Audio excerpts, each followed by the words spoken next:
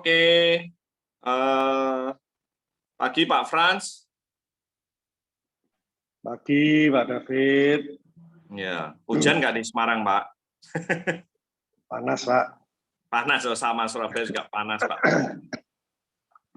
Oke, ya, Pak Paul ada yang videonya pendek, bisa di ini sebentar ya tentang CV-nya Pak Frans. Ya, siap Pak. Oke ya, kita saksikan dulu sebelum kita bertatap muka langsung dengan pembicara pada pagi hari ini ya.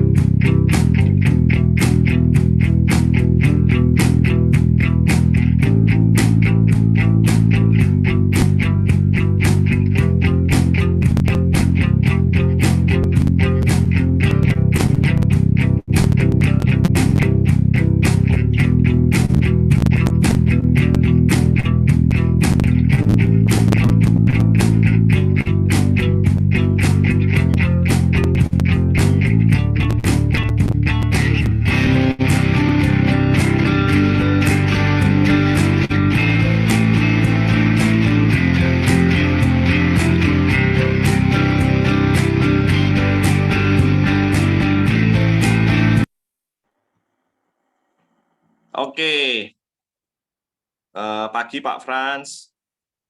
Pagi Pak David. Oke, sudah ya. Wah, bajunya sama merah, Pak. Oke, Pak Frans. Ya, jadi teman-teman, beliau Pak Frans ini kalau sekilas ya di CV-nya saya baca, nah berapa tahun Pak diperbankan Pak Frans? Saya di perbankan kurang lebih 6 tahun, Pak. Oh, lama ya. Kalau boleh tahu di bagian apa waktu itu Pak, di perbankannya Pak Frans? Saya di perbankan di back office. Oh, di back office ya. Pernah di front office juga sebagai teller. Oh, pernah sebagai teller, baru tahu Mas. Iya.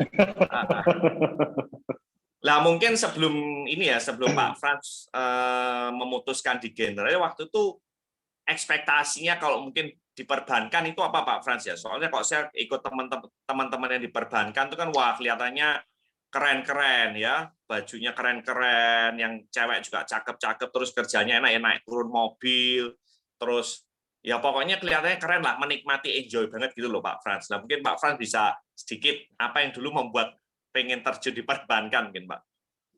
Ya, mungkin untuk background saya waktu itu memang saya sebagai karyawan selama 6 tahun di perbankan. Mungkin beberapa orang melihat kerja di bank itu enak, dingin, asinan, ya kan pakaiannya rapi. Cuman pada kenyataannya itu tidak sesuai dengan apa ya income yang kita dapatkan sih.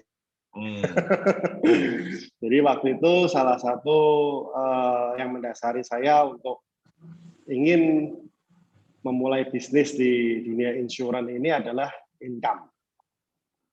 Oke. Pendapatan. Income ya, terutama ya. Iya.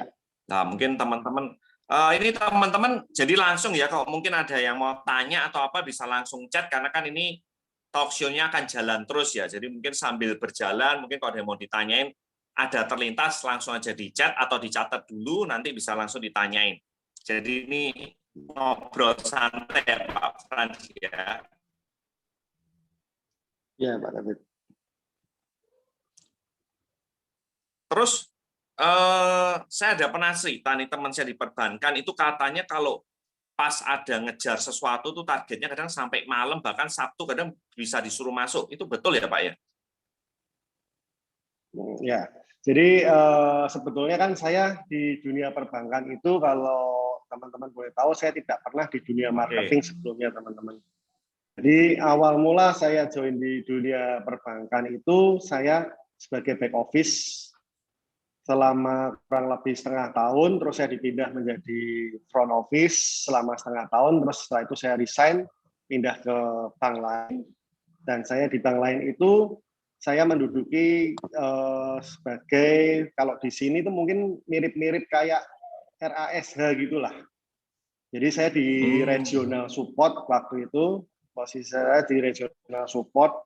Jadi tugas saya itu cuman memantau produksi dari teman-teman marketing. Jadi pada saat itu saya benar-benar tahu tugas sebagai seorang marketing di sebuah bank itu beratnya seperti apa. Karena kalau saya ingat saya ya waktu itu saya itu harus memberikan target ke marketing itu kurang lebih, kalau di bank itu dia ambilnya adalah fee-based income atau revenue. Jadi revenue itu kurang lebih 150 juta. Kalau untuk di asuransi berarti itu premi itu kira-kira 500 jutaan per bulan. Wih. Nah, per bulan, Pak ya? Per bulan. Itu satu marketing ya. Jadi kalau saya pegang marketing. Ya, jadi waktu itu saya pegang itu regional Jawa Tengah, Jawa Barat, teman-teman. Jadi kurang lebih ada sekitar ya 40-an marketing, 10 BM lah waktu itu saya. Jadi harus memonitoring mereka buat event, buat acara seperti kayak kita lah, sama lah customer gathering dan lain-lain itu. Nah dari situ saya melihat, nah gitu juga ya, maksudnya seorang marketing itu harus mengejar fee-based income atau revenue sebesar itu. Dan itu setiap bulan, teman-teman. Kalau kita nggak bisa capai, si marketing ini akan di-coaching. Nah, coaching itu pasti di luar jam kantor. Jadi setelah jam 5, itu ya. yang lain boleh pulang, yang nggak achieve, mau nggak mau dia harus coaching dengan atasannya. Nah, ya, jadi waktu itu pekerjaannya saya tahu kurang lebih ya, apa ya, maksudnya target itu kalau sebagai seorang marketing bank itu sangat-sangat luar biasa lah. Nah, pada waktu itu kurang lebih tahun 2000, sebelum saya resign itu sekitar 2013-an, struktur regional saya itu dirubah karena head regional saya itu ditarik ke Bandung sehingga yang Jawa Tengah itu mau dibubarkan. Nah, pada saat itu saya disuruh pilih, kamu mau kemana, mau ke kota mana kan? Karena saya waktu itu kan tidak di cabang, tapi saya di regional. Nah, saya disuruh pilih, kamu mau ke kota mana? Nah, saya tanya, ke kota mana itu saya ditaruh di posisi apa? Ya, yang paling kosong yang ada cuma marketing. Waktu itu seperti itu. Nah, saya waktu itu berpikir, kalau saya seorang marketing di sebuah bank, saya punya target segitu dan saya cuma dapat gaji yang hanya kita bisa hitunglah setahun itu kita dapat berapa, kenaikan gajinya berapa, kita sudah bisa hitung semua. Nah, saat itu juga waktu itu saya sudah maksudnya sudah memikirkan lah, maksudnya saya harus kemana nih, karena kalau saya lihatnya kalau di bank aja income saya cuma segitu-segitu aja. Karena yang mendasarin saya juga waktu itu saya pengen resign adalah waktu itu saya sudah berkeluarga juga, saya merasa income saya itu nggak cukup kalau saya masih stay di bank. Kalau dibilang nyaman, saya sangat nyaman di perbankan waktu itu. Di posisi saya terakhir, saya sangat nyaman. Ya mungkin Pak David, Pak Victor tahu sendiri waktu itu dia approach saya itu malah di kantor. Jadi makanya saya sebenarnya kalau dibilang zona nyaman itu sangat nyaman. Tapi yang membuat saya nggak nyaman adalah income yang saya dapatkan pada saat itu. Dan yang memotivasi saya untuk saya resign dan saya terjun di dunia asuransi ini adalah saya pengen income saya lebih besar dari yang saya dapatkan dari perbankan. Jadi kurang lebih seperti itu, Pak David. Oke, Pak. Pak, ada kurang lebihnya nggak? Misalkan kalau targetnya tadi kan 500 juta ya. Nah, 500 juta itu kan memang kok kita di karyawan kan ada gaji pokok ya. Cuma kok misal di 500 juta itu ada ini enggak, Pak, bonus-bonus insentif atau bonus-bonus ya buat apalah tambahan atau buat nyemangati marketingnya itu, Pak. Kurang lebihnya aja sih, enggak usah pastinya di kalau dia target gitu loh, Pak. Seingat saya sih waktu itu ada. Ada seingat ya. saya sih ada. Cuman ya itu tidak semata-mata kita cuma jual asuransi 500 juta komisi kita keluar, enggak. Jadi kalau di perbankan itu ada cap-capnya. Jadi kita harus jual syarat ketentuannya ya, Pak ya. Kita harus jual misalnya revenue sekian untuk asuransi. Selain itu kita harus jual misalnya tabungan berapa orang, kita harus jual deposito berapa nominal berapa. Nah, kalau kita baru achieve itu semua, baru komisi itu kita keluarkan. Tapi kalau tidak achieve itu semua, ya udah, berarti itu yang akan menikmati adalah perbankannya. Nah, makanya itu juga salah satu yang membuat saya nggak mau untuk apa ya, ibaratnya dalam tanda kutip itu saya diperbudak oleh bank aja. Bahasanya. Oke, karena saya tahu semua dalamnya, makanya waktu itu saya nggak mau kalau saya harus stay di dalam bank, tapi saya hanya untuk sebagai seorang marketing, saya rasa waktu saya habis hanya untuk kerja, dan yang menikmati adalah perbankannya. Jadi saya waktu itu memutuskan untuk resign karena itu sih. Oke, ini menarik Pak Frans ya, karena saya pernah ada juga agent dari dia sempat di broker ya, kemudian pada saat dia mau join di Generali, dia ketemu dengan beberapa company. Lah kemudian pada saat beliau membaca ini ya syarat dan ketentuan kompensasi, memang secara global kelihatannya besar, tapi setelah dibaca pasal per pasal itu if-nya banyak. Syarat dan ketentuan baru kalau itu achieve semua, baru dapatnya besar Pak ya. Kurang lebih yang mungkin diperbankan gitu juga Pak. Iya, sama betul Pak David. Jadi ada syarat dan ketentuannya lah. Berarti di General ini enak ya bos ya? Karena achieve kalau menurut saya sih, kenapa saya pasti bertahan di Generali, kurang lebih saya di Generali itu hampir berapa ya, 8 tahun ya Pak. Nggak kerasa juga. Nggak kerasa juga saya di Generali hampir 8 tahun. Yang mendasari saya juga masih stay di sini adalah perusahaan ini tuh komitmen lah. Oke. Itu maksudnya perusahaan ini komitmen dan nggak macem-macem, maksudnya nggak banyak if lah. Intinya apa yang kita lakukan, apa yang kita dapat, yaitu hak kita, ya perusahaan akan bayar gitu aja sih. Oke. Berarti poinnya yang pertama masalah income ya, terutama buat teman-teman yang masih kalau ada kenalan atau prospek yang masih jadi karyawan di employee, itu penekanannya di income, Pak ya? Betul, Pak. Oke. Ya, itu karena kan kalau sebagai seorang karyawan, itu kita sudah bisa ukur ya. Jadi misalnya gaji kita 5 juta. Kenaikannya berapa tuh Pak per tahun, Pak? Nggak lebih dari 10%, Pak. Oke, itu pasti tiap tahun naik ya? Atau bisa ya berarti? Enggak juga Pak. Saya pernah hampir 2 tahun itu nggak naik gaji Pak. Oh, kirain tiap tahun pasti naik Pak. Itu cukup menyedihkan juga sih. Jadi tergantung dengan kondisi, apalagi kalau kita lihat misalnya ya seperti kondisi pandemi, ekonomi lagi nggak baik seperti ini, saya yakin pasti perusahaan tidak akan menaikkan gaji, karena ibaratnya dia untuk survive aja udah nggak cukup, apalagi dia harus menaikkan gaji karyawannya. Misalnya naik gaji pun paling ya cuman bisa buat beli cikibol lah Pak. Cikibol sak pickup tapi Pak ya. Oh berarti tidak tiap tahun ya Pak ya? Saya tuh kok ini kita karyawan tuh tiap tahun pasti naik 10-20% gitu loh Pak. Enggak Pak, semua itu tergantung dari apa ya, maksudnya kinerja perusahaan juga. Kalau memang profit perusahaan bagus, itu ada kenaikan gaji. Tapi kenaikan gaji pun kalau menurut saya ya tidak sesuai dengan ekspektasi sih Pak. Nggak cukup lah dimakan dengan inflasi aja, nggak cukup itu. Oke, masalah inflasi ini menarik Pak ya. Jadi masalah inflasi, ya berarti terutama tadi ya selain income juga karena nggak bisa ngejar inflasi Pak ya, kenaikannya gaji dengan kenaikan inflasi Pak ya. Betul. Maksudnya kita sudah bisa ukur kan, kalau misalnya teman-teman gaji 5 juta, 10% ya? Paling mentok kita dapat itu berapa sih? Ya. Kalau 5 juta, 60 juta income kita setahun. 60 juta itu teman-teman kalau tahun depan naik 10%, itu paling cuma jadi 66 juta. Oh iya sih. Itu kalau 10%. Biasanya kenaikan gaji 10% itu kalau di perbankan itu sudah yang peringkatnya excellent teman-teman.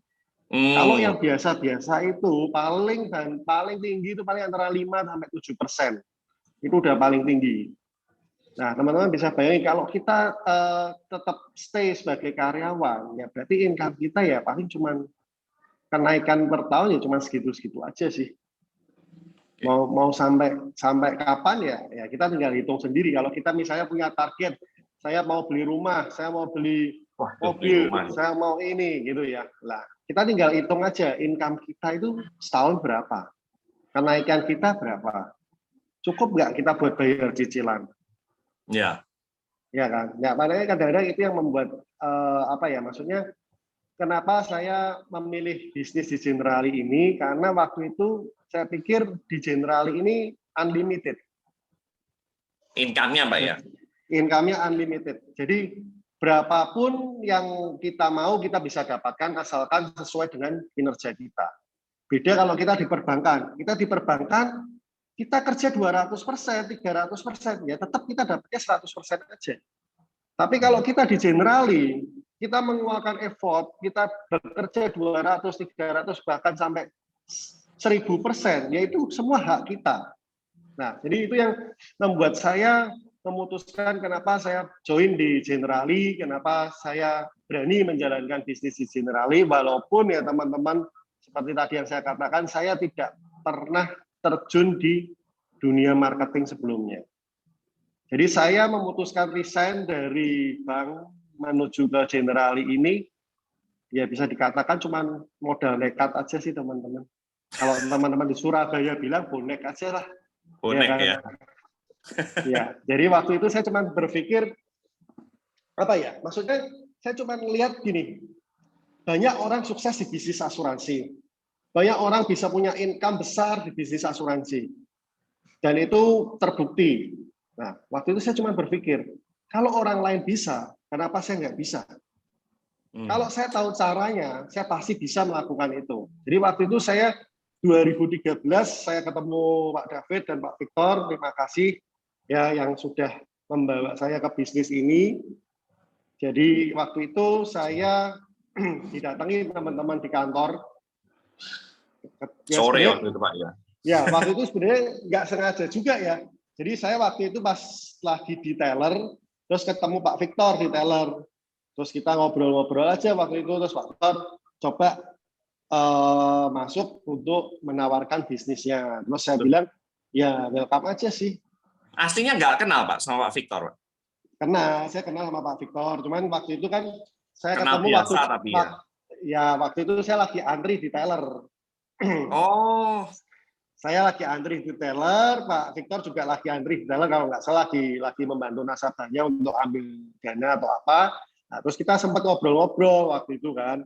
Terus Pak Victor bilang, yuk kita ngobrol mau nggak, ini aku punya bisnis nih di Generali. Saya bilang ya nggak masalah sih, nanti kapan yuk kita janjian lagi. Terus akhirnya kan kalau nggak salah waktu itu ajak Pak David untuk ketemu saya kan. Saya bilang udahlah di kantor aja nggak apa-apa. Saya bilang gitu. Ya udah. Terus kita ngobrol-ngobrol. Akhirnya waktu itu awal mula yang membuat saya tertarik di Generali sebenarnya adalah AMS. Oke. Jadi automatic. Kalau ya sekarang robo AMS ya teman-teman. Ya. Ya jadi waktu itu yang membuat saya tertarik, yang membuat saya perusahaan ini beda dengan perusahaan yang lainnya adalah AMS. Ya, sekarang robo AMS itu yang membuat saya waktu itu tertarik untuk join di Generali. Oke. Ini menarik ya. Saya kirain dulu Pak Victor sama Pak Francis temen jeng-jeng atau apa gitu. Ternyata nggak terlalu dekat ya. Jadi ini menarik karena banyak teman-teman yang persepsinya kan begini. Kalau kita di training itu kan harus rank 1 dulu ya yang kita insentif untuk didatangi atau dikontak ya. Tetapi di dunia ini kita di dunia insurance atau agency ini yang menariknya siapapun berarti bisa kita kontak. Jadi kayak tadi misal ketemu di ini ya, mungkin teman lama ya atau teman biasa, tapi karena Pak Victor buka omongan, Pak Frans welcome ya sudah lanjut. Nah, jadi teman-teman kok ketemu sama orang yang tidak respon pun ya cuek bebe aja ya, karena ternyata ada yang seperti Pak Frans yang orangnya welcome untuk nerima peluang ya. Pak Frans. Ini ada banyak pertanyaan Pak. Bentar Pak, saya buka nih Pak. Oke, yang pertama, banyak sudah nih. tantangannya apa Pak Frans saat pindah dari bank ke Generali? Mungkin 1-2 aja ya. Kalau masalah tantangan, pastilah ya teman-teman, tantangan yang paling utama adalah income. Oke. Dulu saya di perbankan, ibaratnya saya tidur, saya santai-santai, nggak usah ngapa-ngapain, setiap tanggal 25 sudah ada yang transfer, teman-teman. Kita nggak usah mikirin apa-apa, udah tanggal 25 pasti ditransfer. Gitu loh. Beda kalau di sini kan, kalau di sini kita butuh effort untuk kita dapatkan itu. Tapi kalau kita di perbankan, kita sebagai karyawan, kita cuman diam aja, tanggal 25 itu pasti sudah ada yang transfer. Nah, tapi dilihat dulu yang ditransfer itu seberapa besar. Sesuai nggak dengan effort yang kita keluarkan. Kalau kita cuman sebagai orang yang maunya apa ya, hidup tanpa target, hidup tanpa tujuan, ya itulah sebagai karyawan cocok. Tapi kalau kita sebagai seorang yang punya tujuan, kita punya target, kita punya sesuatu yang kita impikan. Makanya kan saya beri judul hari ini kan The Power of the Dream ya teman-teman. Kenapa? Karena kita kalau nggak punya sebuah mimpi, kita itu kerja ibarat kita itu nggak punya tujuan teman-teman. Ibarat kalau teman-teman buka Waze, teman-teman buka Google Map, teman-teman buka aja Google Map-nya tanpa ada tujuan. Kira-kira teman-teman bisa nyampe nggak ke sana? Nah, itu. Jadi kalau saya bilang kita itu harus punya impian dulu. Tahun ini kita mau ngapain sih? Kita mau dapat apa dari bisnis Generali? Misalnya, oh saya pengen promosi sebagai BM bagi yang FC. Oh saya pengen promosi sebagai BD sebagai yang BM. Atau oh saya pengen ke London. Saya pengen ke Scotland gitu ya. Nggak apa-apa teman-teman, canangkanlah mimpi dulu. Karena kalau teman-teman nggak punya mimpi, teman-teman pasti kerja di sini juga ibarat apa ya? Ikan itu kalau di sungai ya kenter aja lah, kita kemana ya kenter aja gitu loh. Nah maksud saya teman-teman harus punya arah dan tujuan. Kalau saya setiap tahun itu pasti saya akan menetapkan tahun ini saya mau dapat apa sih. Ya mungkin saya sedikit sharing ya teman-teman. Kebetulan 2 tahun ini saya kan MDRT, puji Tuhan, Tuhan percayakan saya untuk saya bisa MDRT di 2 tahun ini. Dari perjalanan saya 8 tahun di Generali. Memang sebelumnya saya sempat tahun berapa ya? Berarti kira-kira 5 tahun saya join di Generali. Kan Generali selalu mendorong kita sebagai agent itu untuk bisa MDRT. Waktu itu di Semarang itu ada trainingnya Dato Chua. Yang katanya itu adalah mentor orang-orang MDRT, teman-teman. Nah, waktu itu saya didorong oleh waktu itu RADE saya Pak Joy untuk saya join di sana. Akhirnya saya oke deh, saya join karena goal seorang financial planner atau seorang yang di bisnis asuransi itu adalah sebagai seorang MDRT minimal. Nah, akhirnya saya coba join teman-teman di bisnis di trainingnya Dato Chua yang waktu itu kurang lebih sekitar 2 bulan. Saya coba belajar gimana sih cara orang menjadi seorang MDRT. Waktu itu memang salah satu goal saya harus bisa menjadi MDRT. Nah, dari situ saya belajar, bahkan sampai Pak Joy itu pernah kasih saya kesempatan untuk jemput Dato Chua, terus saya semeja ngobrol loh teman-teman. 1 hari sebelum training itu jalan, jadi saya sempat ngobrol dengan Dato Chua, saya belajar gimana sih cara untuk menjadi seorang MDRT. Nah, tapi kalau saya cuma hanya belajar, tapi saya tidak punya goal, saya tidak punya impian teman-teman, itu juga tidak akan tercapai. Nah, makanya menurut saya sebuah impian itu sangatlah penting. Karena kalau teman-teman kerja di sini cuman yang penting saya jual asuransi, saya tawarkan ke ring 1 saya yang tadi Pak David bilang, atau mungkin ke orang-orang yang saya kenal, kerabat yang saya kenal, saya yakin teman-teman paling cuma dapatnya ya segitu-segitu aja teman-teman. Tapi kalau teman-teman punya goal, teman-teman punya tujuan, saya di sini harus dapat apa sih? Ya itu yang teman-teman pasti akan dapatkan. Ya tadi saya bilang 2 tahun yang lalu, saya itu MDRT boleh dikatakan ya di menit injury time, teman-teman. Jadi saya MDRT di bulan Desember tanggal 31. Bahkan tahun lalu Pak Yu datang ke Semarang ketemu saya di bulan Desember awal kalau nggak salah atau November akhir, Pak Yu masih tanya ke saya, gimana tahun ini dapat apa? Ya saya masih berusaha Pak Yu, karena memang belum dapat apa-apa pada waktu itu, kan nggak salah awal Desember deh. Oke lah, saya tapi kan nggak, maksudnya dengan saya punya impian, tapi saya juga nggak duduk ongkang-ongkang ya teman-teman. Walaupun di bulan Desember, saya tetap berusaha untuk kejar apa yang menjadi goal saya, apa yang menjadi impian saya. Pada bulan Desember itu saya share ke semua teman-teman atau mungkin orang yang saya kenal, yang saya tahu, oh orang ini bisa membeli produk. Karena kalau kita mau kejar MDRT, paling yang kita bisa jual produknya adalah iPrime atau waktu itu iFlexiGuard. Nah, kita harus mulai pilah-pilah dulu teman-teman. Kira-kira nasabah-nasabah kita atau orang-orang yang kita kenal, relasi kita yang kita kenal, yang bisa membeli dua produk ini untuk kita untuk kita bisa menjadi seorang MDRT. Karena kan dengan produk ini dihitung 100%, dan itu akan cepat untuk kita bisa mencapai MDRT. Nah, jadi waktu itu saya kejar beberapa orang, beberapa teman yang saya kenal, yang kira-kira bisa membeli produk ini. Hingga akhirnya, ini saya sharing yang 2020 yang kemarin ya teman-teman. Jadi sampai bulan Desember, tanggal 25 Desember ya kalau nggak salah, 25 Desember itu MDRT saya itu masih kurang 350 juta teman-teman. Jadi waktu itu kurang 350 juta, waktu itu saya juga sharing sama Pak Yu, kalau nggak salah ada Pak Jess dan Bu Mimi datang ke Semarang, saya juga sharing, waktu itu saya masih belum selesai nih, masih jauh, saya bilang gitu. Tapi waktu itu saya juga nggak putus asa, saya coba berusaha, karena saya punya dream, saya punya mimpi, saya harus paling nggak minimal saya MDRT lagi. Bahkan leader saya, Pak Victor, sempat manas-manasin saya waktu itu, karena dia sudah sampai finish duluan, dia cuma chat ke saya, bro saya tunggu di finish ya, dia waktu itu bilang begitu. Beneran. Jadi waktu itu saya juga, wah Pak Victor kok sudah sampai finish dulu ya, saya kok masih belum dapat apa-apa nih. Ya udah, saya di bulan, jadi di last minute itu saya benar-benar pakai semua waktu saya kerahkan kemampuan saya, ya udah saya coba share semua, saya sampaikan, walaupun kondisi pandemi ya teman-teman itu juga nggak mudah saya untuk ketemu nasabah.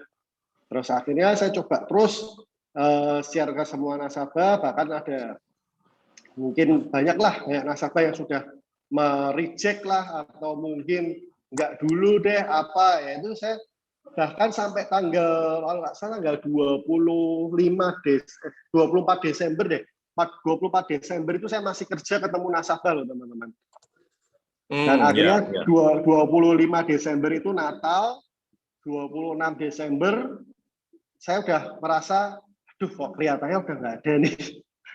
Maksudnya udah saya sudah share ke semua nasabah, udah kelihatannya mentok nih, udah nggak ada ini.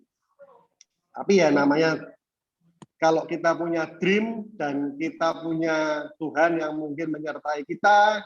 Nah, tanggal 28 Desember, jadi ada salah satu nasabah saya, nasabah ini sudah beli produk saya, semua produk yang Generali punya teman-teman.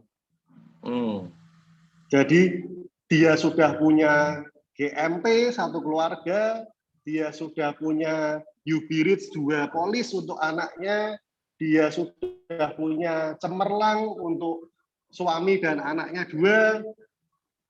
Jadi hampir semua produk dia sudah punya. Dan pada saat itu saya cuma iseng, saya coba tawarkan ke dia lagi. Kebetulan dia punya UB-Rich itu 2 polis, dia preminya 100 jutaan 2. Dan saya lihat saldonya waktu itu kan, karena ya memang momentum juga ya teman-teman, dengan RoboArms ini sangat luar biasa.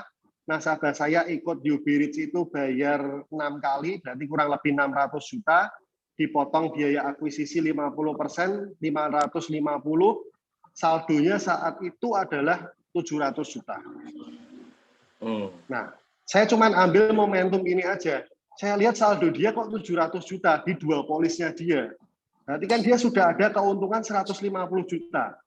Dan pada saat itu dia sudah bayar premi ke 6, premi ke 5 sudah selesai. Jadi pada saat itu saya cuma sampaikan begini, Cik, ini produk kamu yang di Generali itu udah untung lumayan loh, Cik. Saya bilang begitu. Nah, ini kita ada produk lagi nih, Cik, namanya iPrime. Dan ini produk ini promo, cuman bayar 3 tahun, saya bilang begitu. Mau nggak, Cik, kalau saya alihkan premi Cicik yang 2 tahun, saya cuti premi untuk beli produk yang 3 tahun ini. Jadi kan sama aja, Cicik kan tinggal melanjutkan 1 tahun lagi. Terus akhirnya, saya sekalian bantu-bantu saya lah, Cik, siapa tahu ada berkat yang bisa bantu saya untuk tutup target saya. Waktu saya ngomong jujur, teman-teman, saya sampaikan apa adanya. Terus dia tanya, nah, emang target kamu kurang berapa? Gitu kan. Nah, waktu itu kan MDRT kan sebenarnya kan 480 ya, teman-teman. Tapi saya kan waktu itu saya nggak mau lah kalau cuma sekedar MDRT aja lah. Saya maunya minimal LEC. Jadi saya menghitung target saya kurang 350 juta itu di LEC, bukan di MDRT. Nah, ya saya sampaikan target saya kurang 350 juta nih, Cik. Ya kalau bisa, kalau memang Cici ada dana, mendingan yang produk UBC ini dialihkan aja. Kalau nggak salah itu saya WA itu sekitar tanggal 10-an Desember lah, teman-teman.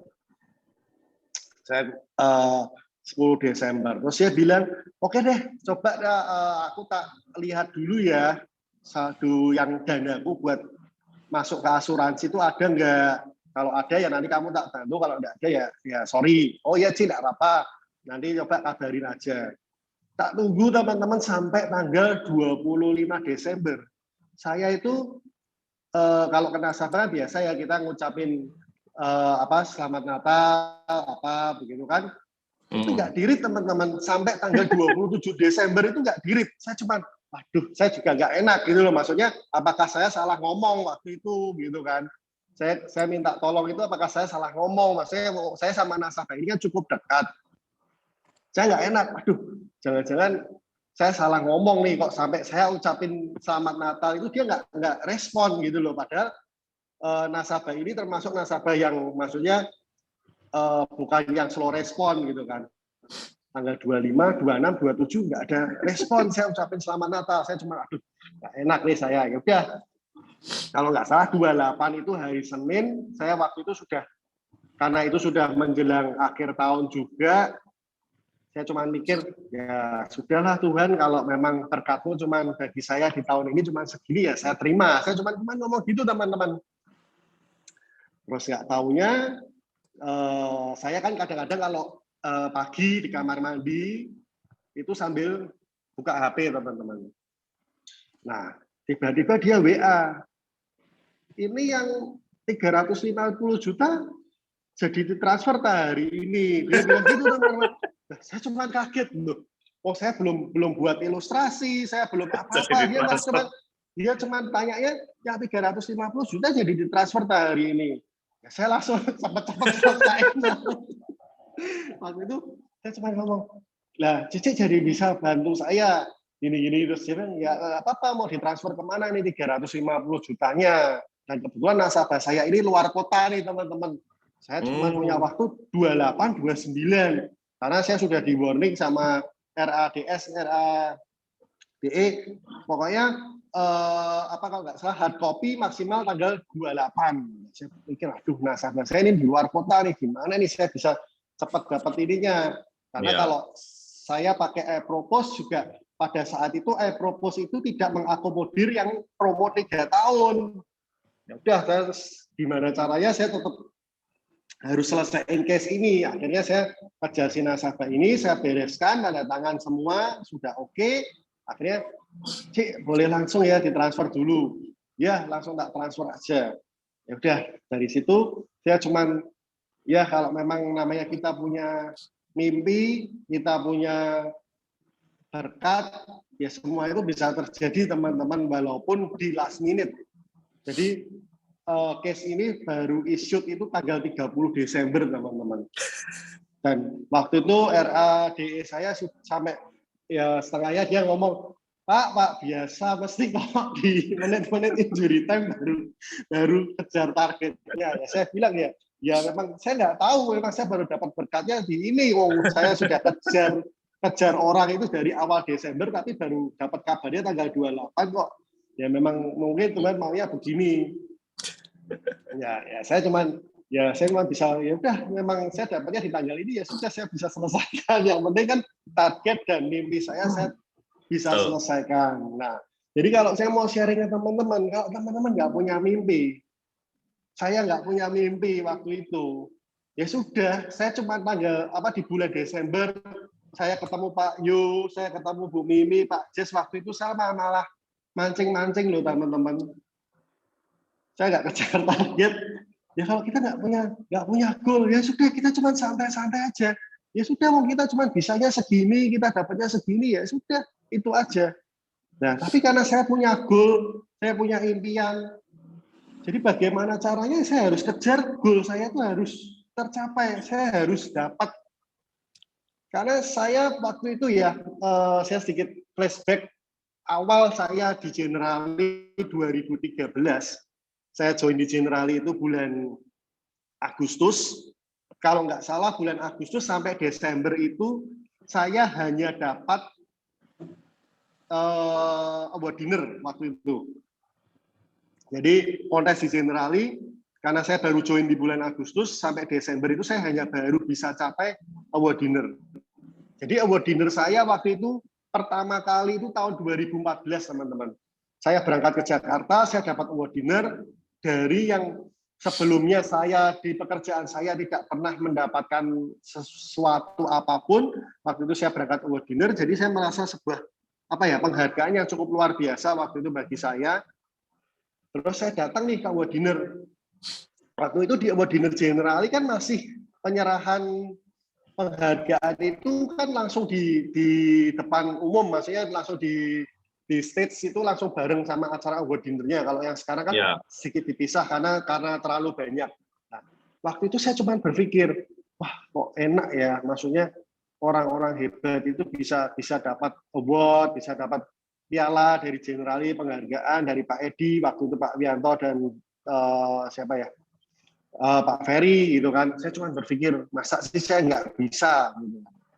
Saya cuma dalam hati saya cuma ngomong, teman-teman, tahun depan saya harus bisa ke atas stage itu dan saya harus bisa dapat piala itu. 2014 saya benar-benar fokus ke goal saya waktu itu adalah Australia dan Switzerland. Australia dan New Zealand. Nah, waktu itu goal saya harus bisa sampai ke atas stage itu. Benar, teman-teman, saya kejar mati-matian, saya monitoring setiap bulan, angka saya sudah berapa, posisi saya sekarang berapa, saya masih kurang berapa untuk saya dapat minimal Australia waktu itu. Dan puji Tuhan, teman-teman, 2015 dream saya sampai di atas stage. 2015 saya pertama kali berangkat ke luar negeri gratis dari General.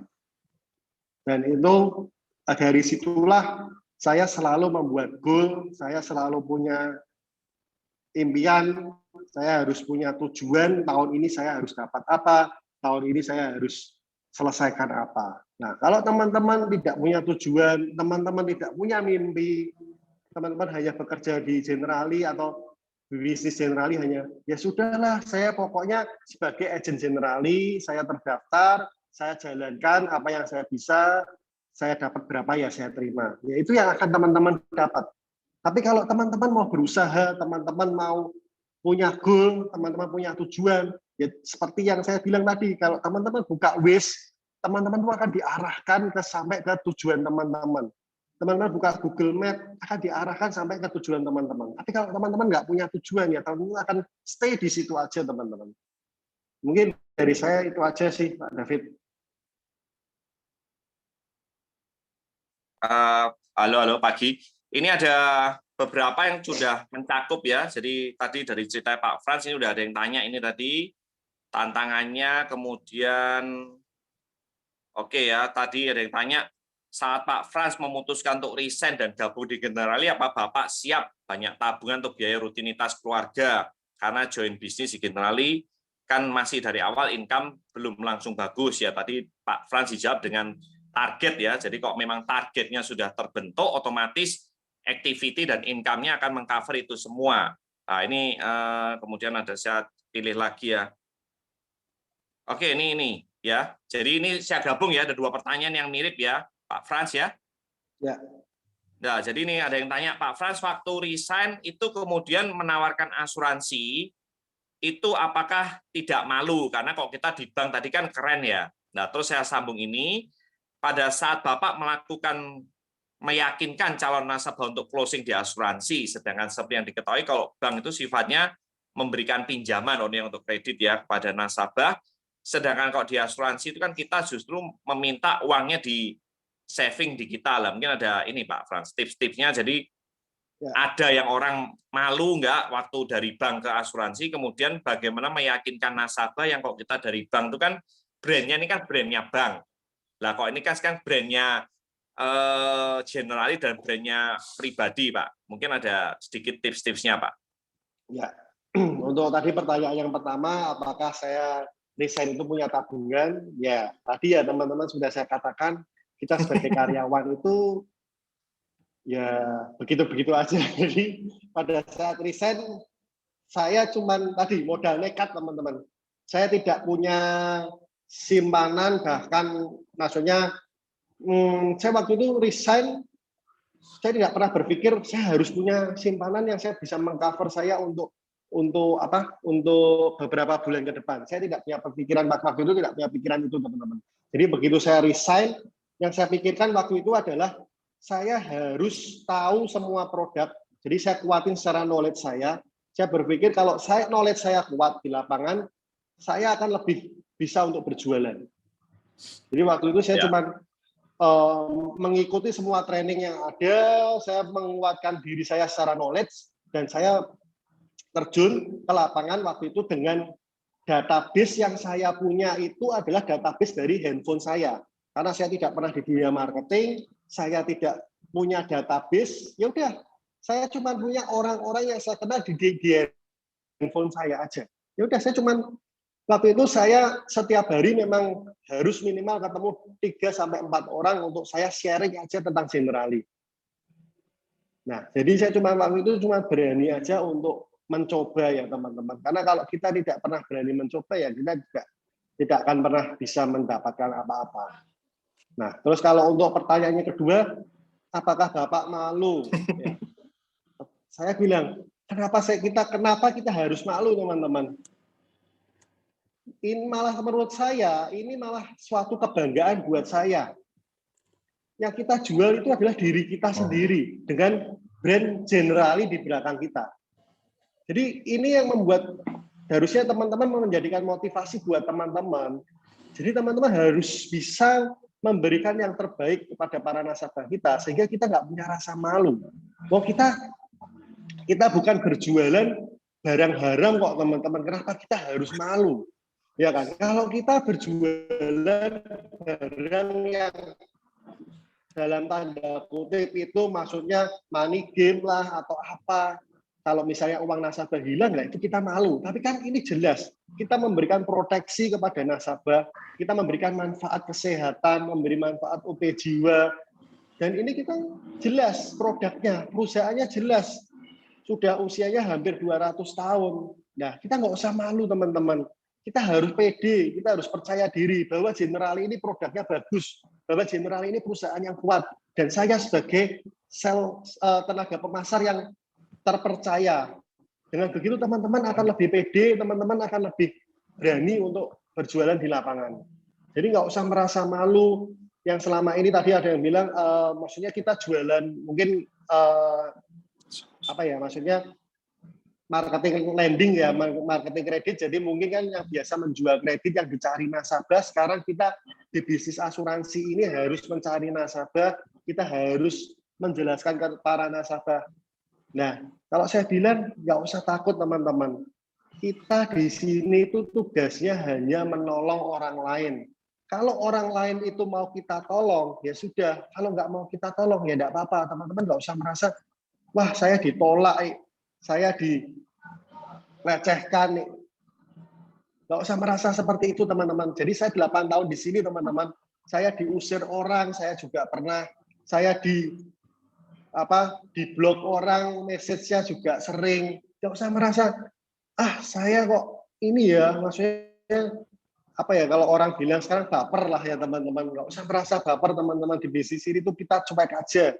Mau kita memberikan yang terbaik, kita menolong orang lain, kita memberikan pertolongan kepada orang lain. Kalau orang lain nggak mau, ya sudah nggak apa-apa. Teman-teman bilang berarti memang orang itu belum mau ditolong. Ya ini saya juga mau sharing sedikit ya. Jadi berapa minggu yang lalu itu saya dapat satu nasabah. Jadi nasabah ini itu membandingkan dengan kompetitor, teman-teman. Jujur, kalau kita ngomong secara pricing itu akan terpaut cukup banyak lah, teman-teman. Hampir kalau per tahun tuh terpaut pricingnya hampir 10 jutaan lah premi per tahunnya. Dengan manfaat yang sama. Waktu itu saya cuma ngomong, Cik, sorry ya, kalau saya di Generali yang saya bisa jual adalah klaim dan diri saya sendiri. Kalau kamu tanya produk lain ke saya nggak bisa ngomong bagusnya seperti apa, karena saya juga nggak tahu, saya nggak punya produk itu. Jadi saya nggak tahu produk itu bagusnya seperti apa, klaimnya seperti apa, terus hasilnya nanti seperti apa, saya nggak tahu. Tapi yang kalau Cici tanya saya tentang Generali, saya bisa jawab. Tapi kalau produk kompetitor saya nggak tahu karena saya juga nggak punya. Waktu saya cuma bilang begitu teman-teman. Terus si nasabah ini chat balik lagi ke saya. Ini suami saya bilang, udahlah biarpun harganya lebih mahal, saya lebih trust ambil ke kamu, ambil ke Generali aja. Nah, itu teman-teman, kalau saya bilang, apa ya, teman-teman yang harus bangun adalah diri kita. Jadi teman-teman nggak usah merasa malu untuk tawarkan, untuk sampaikan kepada nasabah kita. Teman-teman pede aja. Toh perusahaan kita, Generali ini kalau menurut saya, servisnya, klaimnya cukup luar biasa teman-teman. Saya 8 tahun di Generali, 100% nasabah saya terbayar semua klaimnya. Jadi teman-teman nggak usah takut, pokoknya teman-teman pede aja, jual Generali, dan tidak usah memikirkan, oh produk ABCD lebih bagus, produk ini lebih bagus. Yang penting teman-teman taunya apa, Generali itu adalah yang terbaik. Dah, itu aja teman-teman. Oke. Terima kasih Pak David. Ya, tadi ada lagi nih yang satu lagi. Ya, jadi jelas ya teman-teman ya. Jadi ini menarik ya. Jadi memang semua tergantung mentalnya kita ya. Mentalnya kita justru kalau kita nganggap ini, yang kapan lalu saya pernah cerita loh, pada saat mereka dulu di perusahaan yang lama itu bangga membawa brandnya perusahaan. Tapi pada saat di Generali itu pegang mungkin tools kit-nya atau kartu namanya Generali, atau mungkin kok ditanya begini Pak Frans, ditanya, Bapak sekarang kerja di mana? Oh, saya sekarang ya ini sih kerja ini, kerja itu. Justru pada saat mau bilang saya ini agent insurance, malah orang mikirnya canggung. Tapi itulah yang membuat orang jadi tidak pede ya, jadi malu ya Pak Frans ya. Kalau Pak Frans dulu begitu, ini langsung ini sih, kita prospek langsung bilang pakai kartu nama Generali. Saya sekarang di Generali, Bu, Pak, saya sekarang di Generali ya, saya di ini, jadi kok justru malah Pak Frans sudah membranding dirinya memang sekarang beliau sebagai entrepreneur, bukan sebagai karyawan lagi di bank. Ya itu mungkin teman-teman juga bisa untuk mindset-nya ya. Oke, yang terakhir ini. Oh, ini banyak nih Pak Frans. Jadi sewaktu saya merekrut karyawan bank, kesulitannya adalah bagaimana menggantikan income selama masa transisi. Ya, masa transisi. Mungkin ini saya bahas garis besarnya, kok masa transisi nanti bisa diskusi dengan para leadernya, karena kan kita ada program ini ya, program GET dan macam-macam. Tapi mungkin dari Pak Frans mungkin ada masukan lain, Pak. Pada saat transisi dari bank, tadi kan sudah cerita memang tidak ada tabungan apa-apa. Tapi karena ini dari targetnya Pak Frans akhirnya bisa ini ya mencapai semua. Gimana Pak Frans? Ini ada yang mau ditambahkan, Pak? Ya kalau apa ya, maksudnya dari saya ya cuma satu ya teman-teman. Waktu itu sama sih. Saya waktu itu begitu yang kebiasaan saya sebagai seorang karyawan, tanggal 25 itu pasti sudah ada yang transfer. Setelah saya resign, saya nggak ada yang transfer loh teman-teman. Nah, gimana caranya biar kita bisa dapat income? Ya kita harus jualan. Tidak ada kata lain. Pokoknya setiap hari kita harus ketemu minimal 3 orang. 1 minggu saya harus closing berapa? 1 bulan saya harus closing berapa biar saya bisa mendapatkan income.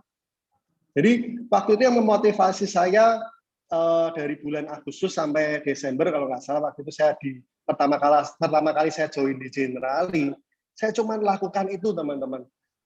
Pokoknya saya harus bisa closing biar saya bisa dapat income. Mengincome saya lah ibaratnya seperti itu. Jadi ya mau nggak mau kita harus punya semangat, kita harus punya daya juang untuk kita benar-benar kita harus closing, kita harus bisa dapat uang dari Generali untuk menggantikan income saya. Dan waktu itu betul ya kalau ada gates ya, jadi itu yang teman-teman harus bisa manfaatkan. Karena kan itu ibarat booster income kita. Kita closing sekian, kita dapat gates, kita ada tambahan lagi. Nah, itu yang teman-teman harus kejar. Gates itu kita harus tahu target kita 3 bulan itu kita harus dapat berapa sih? Dan kita dapat tambahan income berapa dari komisi kita yang berapa itu. Ya udah, teman-teman hitung aja. Jadi kalau teman-teman maksudnya itu saya bilang kalau teman-teman di bisnis ini hanya ngeflow aja tidak ada tujuannya ya jadi teman-teman juga akan bingung arahnya mau kemana nih, saya harus ngapain ya setiap hari, saya harus jualan ke siapa ya, saya harus gimana ya. Kalau teman nggak punya tujuan akan seperti itu teman-teman. Tapi kalau teman-teman punya tujuan, jalannya itu ada aja kok teman-teman. Semua itu akan bisa menjadi income buat kita. Saya waktu itu sama.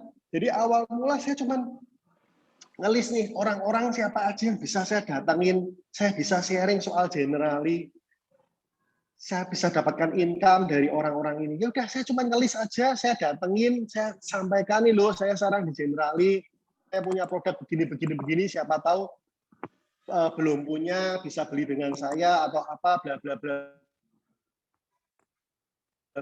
Waktu itu saya awalnya juga seperti teman-teman semua yang mungkin di sini masih baru ya teman-teman, saya tidak terlahir di bisnis ini langsung sukses. Saya semua dari nol. Saya mengikuti semua training dari Generali, terus saya canvassing, saya ikut yang Lion Club, saya ikut apa aja yang Generali punya waktu itu saya ikutin teman-teman. Karena saya waktu itu cuma berpikir satu, kalau kita tidak punya knowledge yang kuat, di lapangan itu kita akan sangat mudah untuk dikalahkan oleh nasabah. Tapi kalau kita punya knowledge yang kuat, kita pasti bisa mengalahkan nasabah dan bisa meng-closing nasabah. Jadi kalau saya saran buat teman-teman yang masih baru, jangan pernah malas untuk ikut training, jangan pernah malas untuk belajar, karena itu adalah modal dasar kita teman-teman. Kalau kita mau closing besar, kita mau closing rutin, kita mau apa knowledge, kita harus kuat dulu. Produk kita harus tahu semua. Jangan sampai nasabah tanya, oh saya nggak tahu, bentar ya, saya awal 1, 2, 3 kali kita akan ketemu nasabah, teman-teman begitu masih nggak apa-apa. Tapi kalau teman-teman selalu begitu, nasabah itu tidak akan trust dengan teman-teman. Jadi kalau menurut saya, ya teman-teman dalam masa transisi ini, pakai waktu yang kita punya, apalagi kalau teman-teman yang dulunya karyawan, teman-teman dulu karyawan itu kan jam 8 sampai jam 5 ya teman-teman, kaki kita diikat di perusahaan atau di kantor. Sekarang waktu kita jauh lebih bebas loh teman-teman. Jam 8 sampai jam 5 kita mau kemana aja itu tidak ada yang ngerantai kita. Kita mau kemana aja, kita mau ketemu siapa aja, silahkan. Nah itulah manfaatkan teman-teman waktu yang kita punya untuk kita bisa ketemu berapa banyak nasabah. Karena kan masing-masing kota punya kultur yang berbeda. Ya udah teman-teman pakai aja waktu yang ada untuk memaksimalkan income kita. Jadi teman-teman jangan merasa saya segini sudah cukup kok, saya segini sudah ya inilah yang waktu yang saya punya, inilah daya juang yang saya punya. Teman-teman nggak usah merasa itu, teman-teman harus berpikir bahwa kalau di bisnis ini kita bisa lakukan 300%, kita bisa lakukan 500%, habiskan itu semua teman-teman harus dapatkan itu semua. Kalau teman-teman cuma merasa saya sudah achieve nih 100%, teman-teman sudah merasa puas, ya teman-teman cuma dapat segitu. Tapi kalau teman-teman masih merasa belum puas, teman-teman masih mau berjuang, teman-teman masih pengen dapat lagi, teman-teman bisa dapatkan itu. Jadi nggak usah takut teman-teman, bahwa di masa transisi, kalau saya bilang kuncinya adalah teman-teman tetap harus berjuang, teman-teman harus gimana caranya dapat income dari bisnis ini. Itu aja sih teman-teman. Oke, ya ini kalau dari Pak Frans tadi pertanyaannya intinya memang dari mindset-nya pribadi Pak Frans, justru alasan itu bukan dijadikan masalah ya, tetapi bagaimana kita mengcounternya semua ya. Tadi produk lebih mahal, terus pertanyaan tadi perbankan yang di zona nyaman ya Pak Frans sudah terima tanggal 25 pasti terima transferan, tapi bukan fokus di situnya Pak Frans, bagaimana fokusnya mencari solusi untuk menggantikan, dan sekarang lebih-lebih Pak ya dari yang setiap tanggal 25, sekarang kan 2 kali Pak, tanggal 8 sampai 24. Sampai 22 ya. Puji Tuhan, Pak. Kalau kan 1 kali, sekarang 2 kali Pak, 1 bulan Pak. Iya Pak. Masih ada Tidak bonus habis-habis ya Pak ya. Ya, jadi gitu ya teman-teman. Ini ada lagi nggak, coba saya cek. Oke, sudah. Oke, sudah semua ya. Ya, jadi itu Pak Frans, thank you waktunya. Mesti hati-hati di jalan Pak Frans. Ya, nanti buat teman-teman nanti kalau ada info tadi yang bagaimana caranya menggantikan masa transisi ya. Kita berterima kasih karena Generali sudah menyiapkan tools-nya. Ya, jadi melalui GET itu sudah disiapkan memang. Jadi minimal selama 6 bulan 1 tahun tuh untuk menggantikan income kita selama di pekerjaan sebagai karyawan itu sudah difasilitasi oleh Generali. Oke, jadi thank you Pak Frans waktunya Pak Frans. Sama-sama Pak David, teman-teman Ya, semua. Thank you. Terima kasih Bye. Pak Frans, luar biasa. Terima kasih Pak David, terima kasih semua tim. Sukses Pak Aswan ya, saya siap loh ke sana. Ya, siap Pak Yu. Iya. Ya, makasih. Makasih Pak Yu. Oke, Pak Paul. Pak Mr. Paul. Ya, Pak. Ya. Apa submission ya? Ya, submission issue case ya. Sama dibantu dengan Budi Haryanto. Oke. Pak Budi? Pak Budi? Pagi Pak Budi. Pak Budi.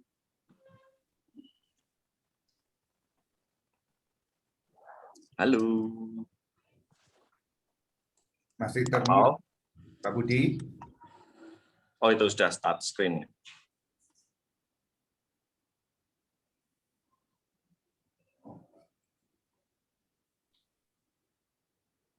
Pak Budi udah nyala belum ini?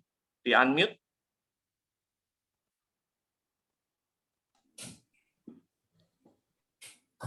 Ya Pak, langsung Pak David, silakan. Oke ya, oke. Ya, langsung Pak. Next.